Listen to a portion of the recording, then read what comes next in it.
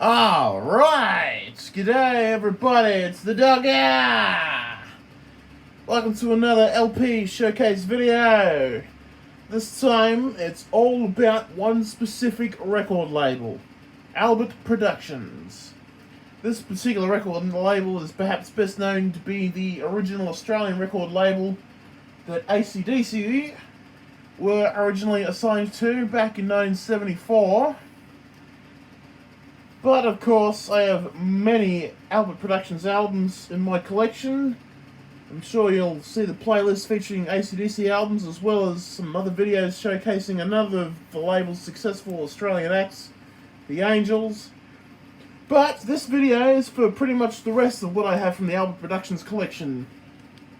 Let's start off from pretty much the very beginning, and the band that got Albert Productions on the map in the first place. And that is, of course, the Easy Beats. Let's start. This here is a 1980s reissue of their second album from 1965, It's Too Easy.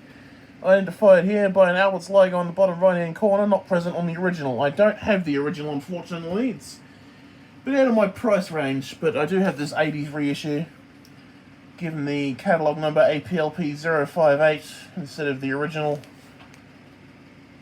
PMCO something or other. I don't know, I'm not 100% certain what it was. The information is identical on the back there, just a few changes here and there.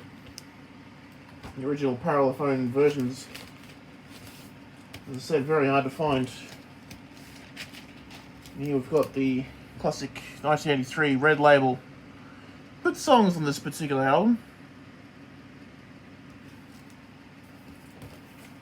This is still pre-Friday on My Mind, of course. Wedding Ring being one of their biggest hits at the time. Okay, now we get into some of the more earlier LPs. This is an original 1967 pressing of their first compilation album, The Best of the Easy Beats, and Pretty Girl, of course.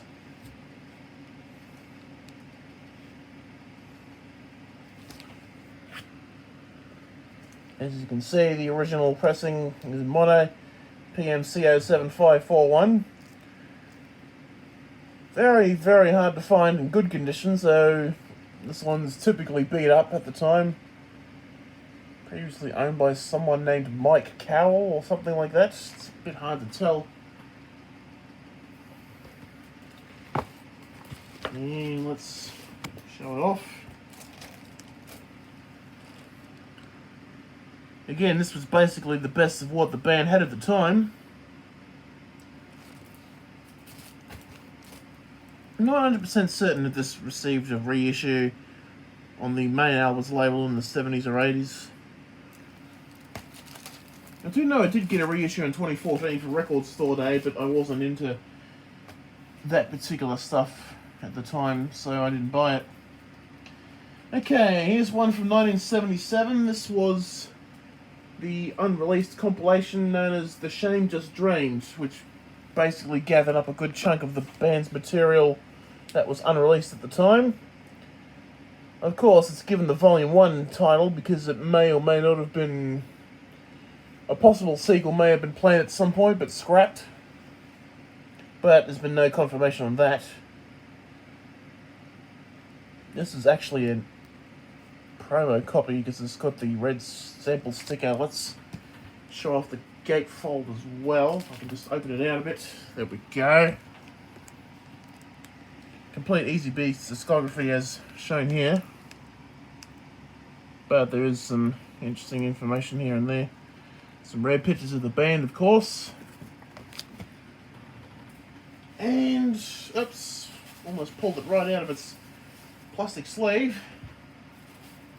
The LP itself, this was one of the first in 1977 not to carry the kangaroo on the blue label, and promo copy, most likely for radio at the time.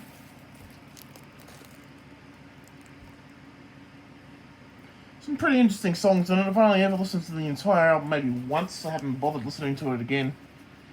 Okay, now we move on to the early 1980s. I think this was 1981, this particular one.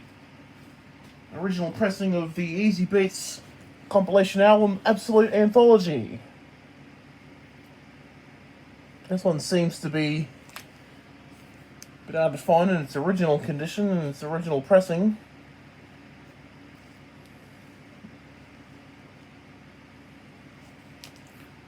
And of course, the original pressing had a little book in the middle.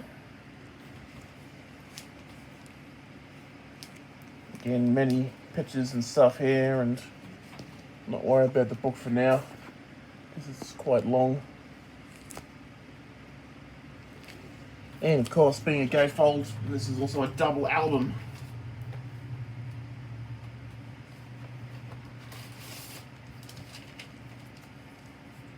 Quite easy to identify an original pressing with the same red and yellow label, Australian recording logo with a map of Australia on it, pretty much replacing what was the kangaroo that disappeared in 1977, as mentioned beforehand. I think Disc 1 has their best material. Disc 2's got some good stuff as well, but isn't that good in my opinion. Again, this is my opinion though. Disc 2, side 1, and side 2. Alright, that is those ones. There are quite a few others in this collection, actually.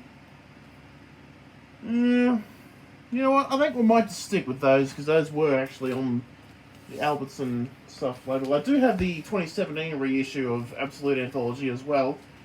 There's a couple of other reissues, but I think we might leave them out. So let's get on to the main Albert's labels now. Stevie Wright was of course the lead singer of the Easy Beats, and in 1974 he released his debut solo album. I can just remove it here carefully. Hard Road. This particular album is best known for its hit single, Evie Parts 1, 2 and 3, roughly close to 11 minutes. Probably his biggest solo hit. I mean, just about everyone in Australia knows that song. This one's the earliest Albert Productions album that I own in my collection.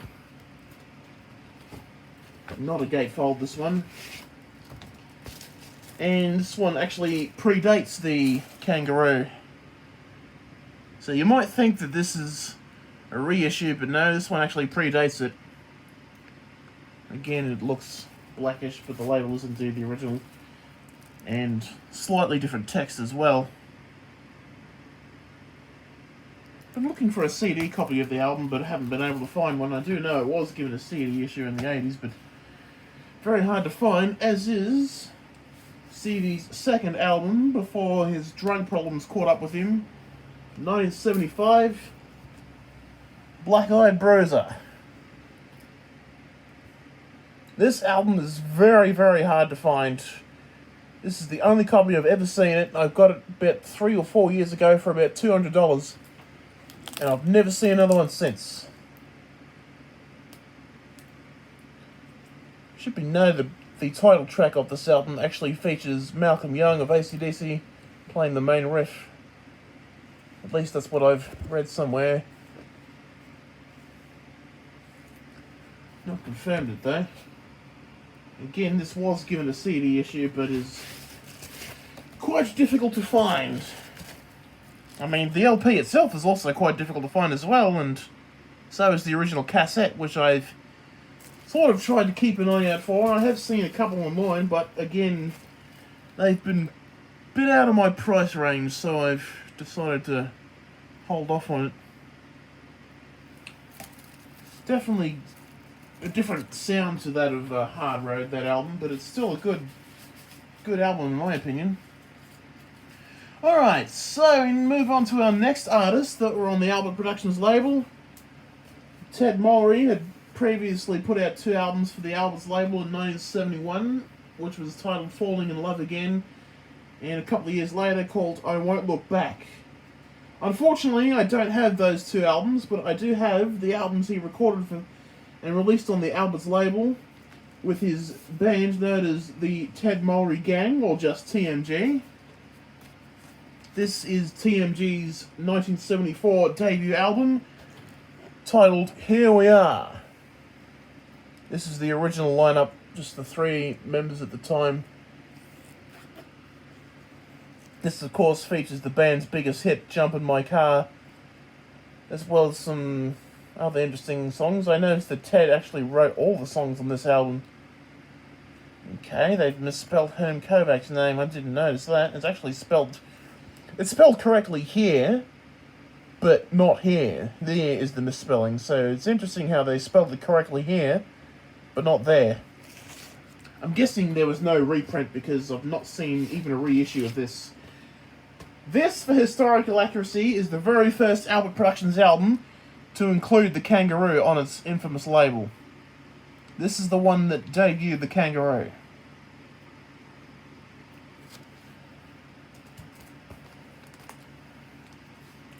And sure enough, it's APLP 007.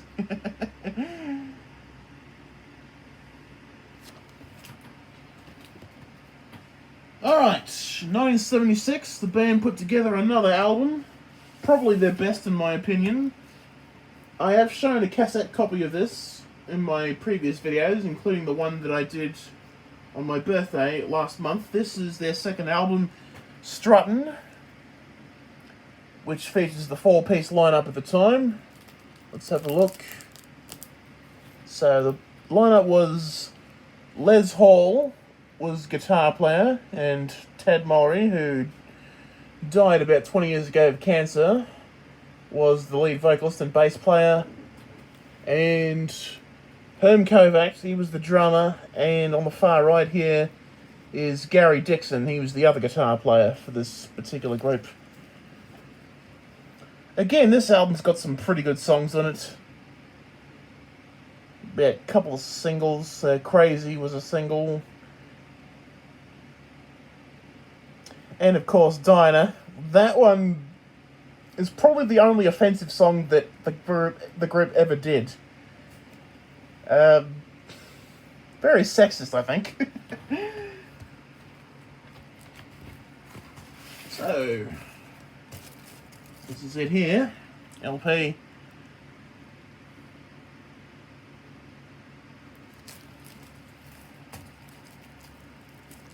Inside 2.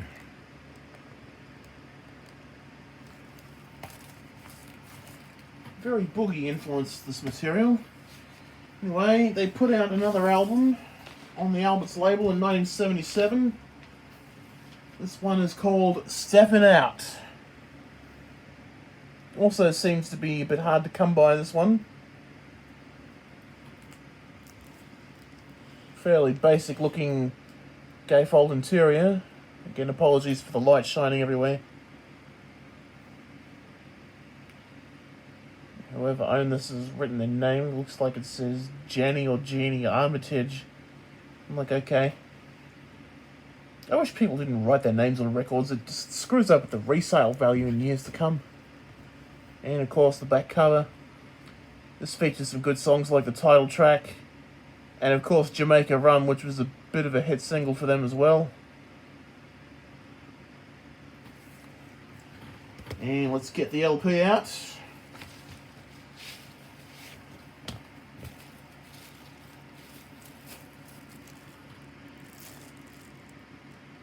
Okay, again, side 1. Not seen a CD copy of this online. May have gotten one, but is now super hard to find and out of print, unfortunately. Right. Later on in the year, the band officially moved to the Mushroom Records label, but Alberts did continue to publish their songs. They released 3 more albums, including a live album on the Mushroom label. I do not have those, unfortunately. But in late 1977, Alberts did put out a compilation album of Ted Mowry and Tmg Greatest Hits. This album I actually managed to pick up yesterday. This one here.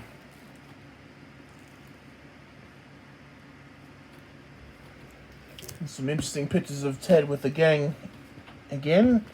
Seems to be quite a lot of gatefolds in amongst here.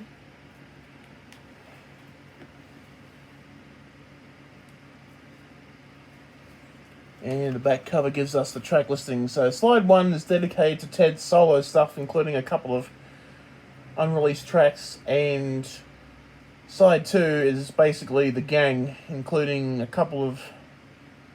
Yeah, She's For Me was the flip side.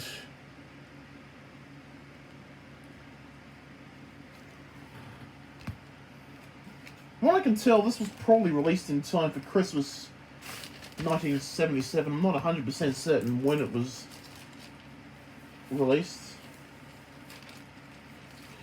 but at least late 77 or early 78 at the latest. Side 1, featuring Ted's solo songs, of course, and with the gang on side 2.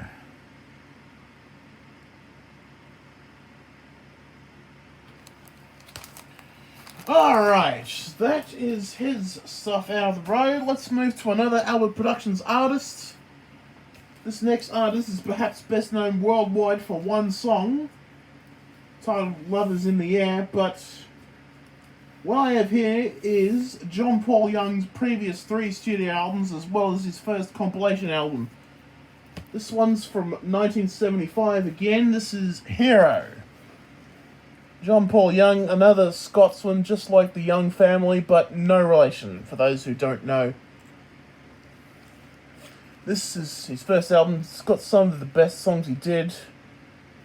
Yesterday's Hero, Pasadena, Birmingham's not too bad, and of course he did a version of the Easy Beats St. Louis, and Silver Shoes was another Vander and Young compilation song that they had put together for their Marcus Hook Roll Band album, which I do not have, unfortunately.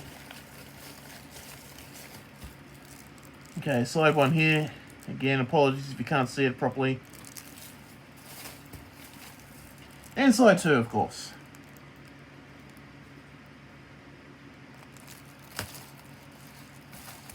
So, that was John Paul Young's first album. Let's move to his... Oops, bumped the box again. Move on to his second album. This one's from 1976. Simply titled JPY, of course. And over to the other side now. Another couple of hit singles on here, including Keep On Smiling. And of course, I Hate the Music and Standing in the Rain, 2 of his best songs as far as I'm concerned.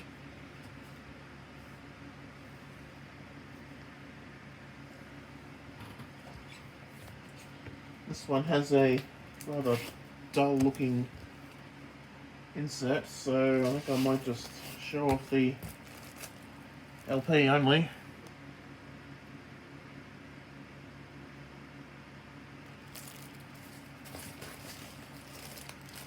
And side 2, of course. Hang on. Sorry, this is a stupid idea just to keep them in the bag. I'm just keeping them in the bag so I don't have to pull them out all the time, because it takes forever to put everything away again after the videos are over. Alright, this is John Paul Young's third album, simply titled Green. This particular album is one of the first albums to have a unique LP label. I can show you that in a moment. Some of these songs I'm not really familiar with on this one.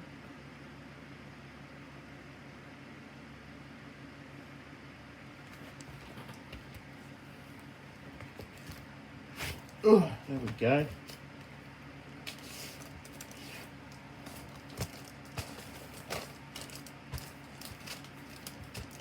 Anyway, side 1 label here. As you can see, a fairly unique label used at the time. And side 2, of course. It looks identical pretty much.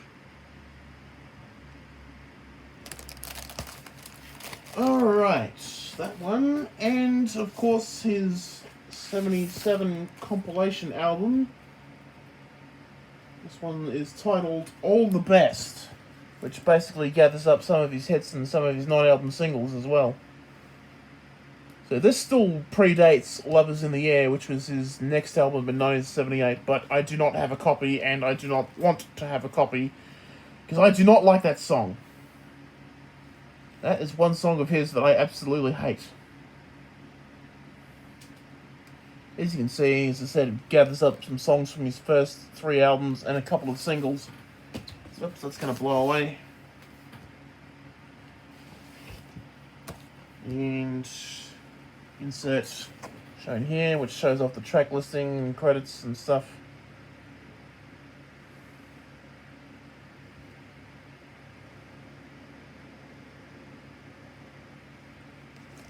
And the opposite side, showing the Albert's team and John himself. And let's get the record out of its sleeve now. I don't have a plastic sleeve for this one, unfortunately, so I'll actually get a better look at it in this light.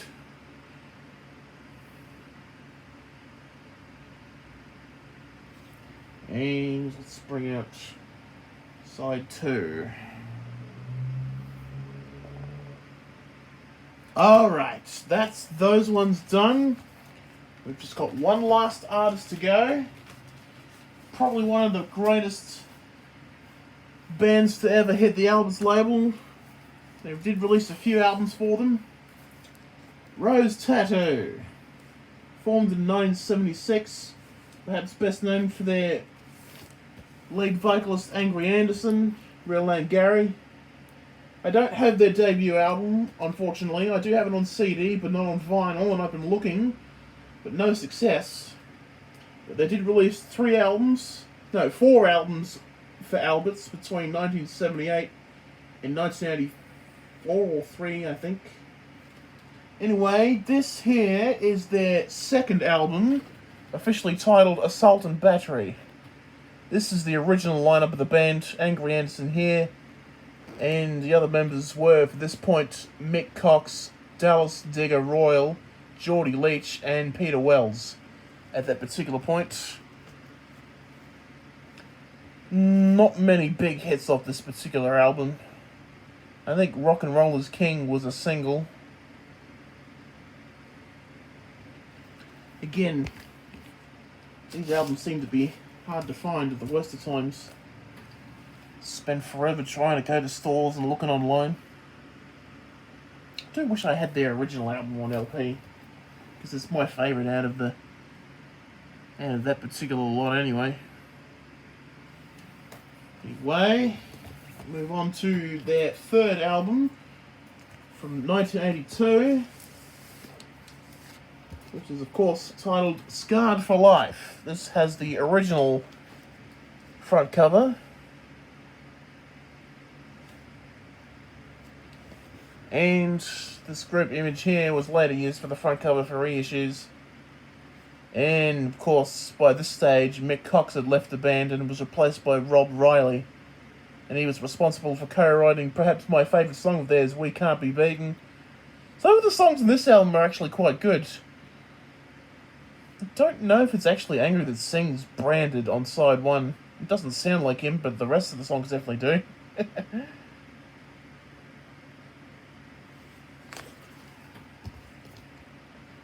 Again, this one's on the red and yellow Albert's label.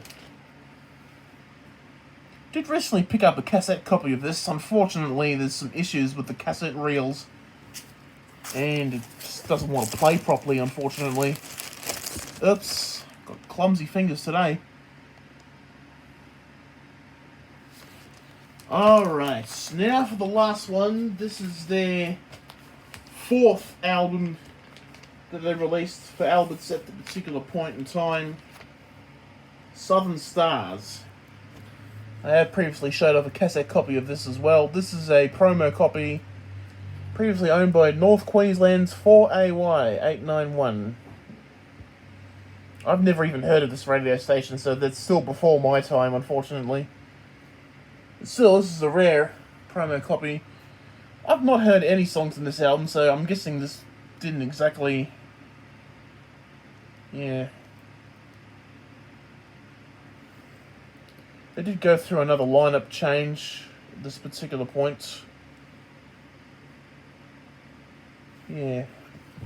I don't know how many lineup changes they went through. I know they went through quite a few. Okay. Lyrics for the side one songs, and this mentions the band here, okay. So that's the lineup. They were pretty much not the same band by that stage, I don't know. And side two.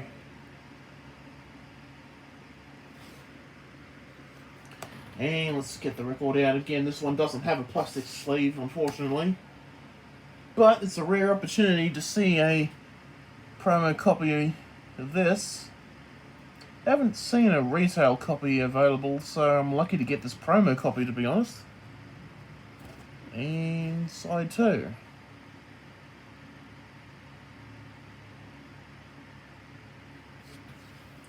Excellent! That is it for my Albert Productions album collection. Even though I still left out a couple, but they weren't actually Albert's reissues. So, unfortunately. But, that is it. Be sure to leave a like, comment down below. We're not far from 100 subscribers, so be sure to subscribe if you wish to do so.